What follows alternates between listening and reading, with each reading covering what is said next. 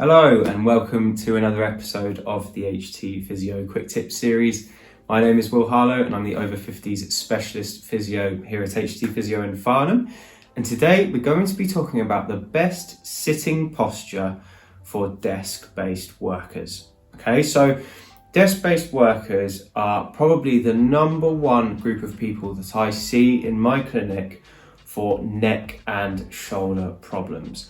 Now, these problems are incredibly common for this group of people, and part of the reason is because they spend so much time sitting.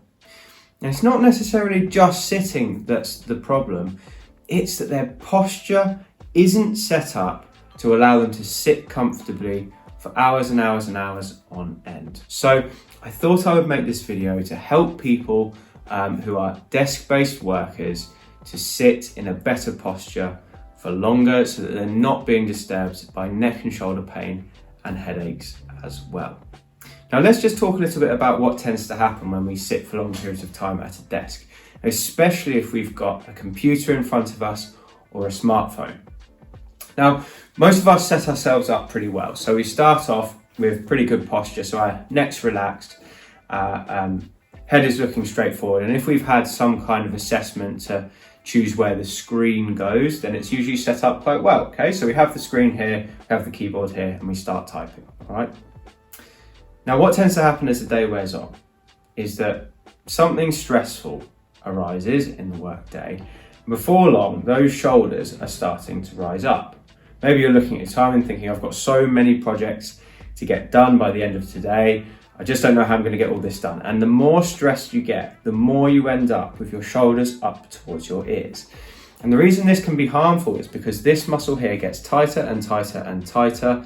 And because it attaches from your shoulder up to the base of your skull, it can lead to pain anywhere along this region and even right up into the head as well. So that's one problem.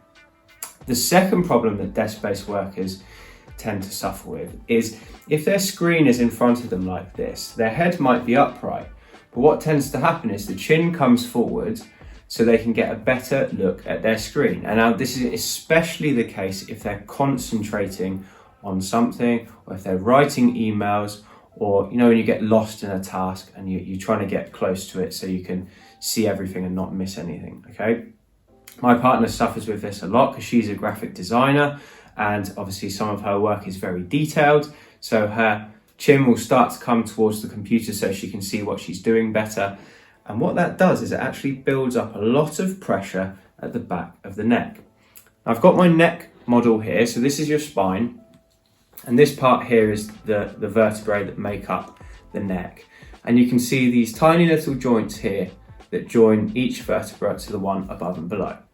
Now, if we move the neck so as to bring the chin forward, what this does is it pushes all of the vertebra, all of the facet joints here into each other and really compresses them.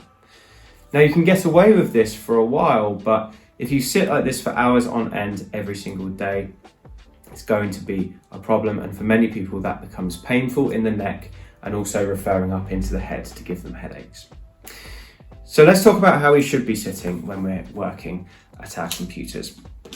First of all, we want to make sure that we're not relying too much on the backrest. So we don't want to be leaning back too much. We want to have our tummy muscles engaged, and we want to be using our musculature in our backs and in our shoulders to keep us upright, okay? So we want to be nice and upright. And one of the ways we can become more upright is just to lift the chest. Okay, so the chest goes from here up to here. And now that is such a magic trick because if you lift the chest, it brings the shoulder blades together, it brings the chin in, and everything all of a sudden is balancing on top of each other where it should be. And it's not some bits forward, some bits behind you, which is where you end up with these funny pulls and these tight areas, okay? So just by lifting the chest, that will do a lot of the hard work for you, okay? So when your chest is up, the next thing you're going to focus on is just doing what I call a quarter chin tuck. So 2 fingers on your chin and just pull your chin in a quarter. So it should be such a small movement that no one else watching would be able to notice. So the difference really is from that just to that, okay? So I'm not doing a full double chin, that's 100%. we're just doing 25%, so a very small chin tuck. And already, just from this position, I can feel that my tummy has to be switched on, the area between my shoulder blades has to be switched on, and the muscles under here are working, and not these up here. These tend to be the problem area, okay? We want these muscles underneath to be pulling the chin in, so this here can switch off.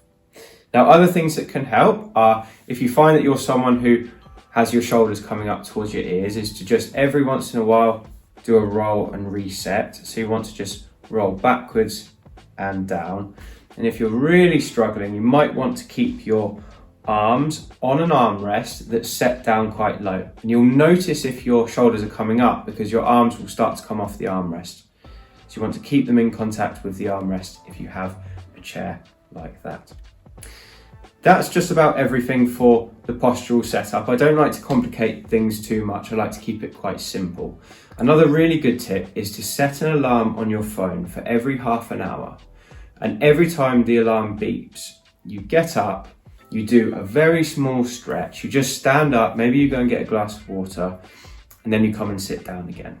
And that sounds so simple, but in reality, what that does is it just resets everything. The problems tend to come about when people are sitting in one position for hours and hours and hours on end. And even if your posture is perfect, if you're sitting in one position for a long, long time, it's eventually going to lead to problems. Anyway, that's just about everything I've got for you today. I hope that's been an educational video. I've got plenty more tips like this one here in my book. It's called Thriving Beyond 50, so make sure you pick up a copy if you haven't already. You can find it using the link below this video.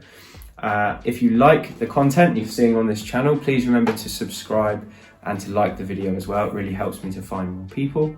But other than that, thank you very much for watching. I really appreciate your time, and I look forward to speaking to you on the next video.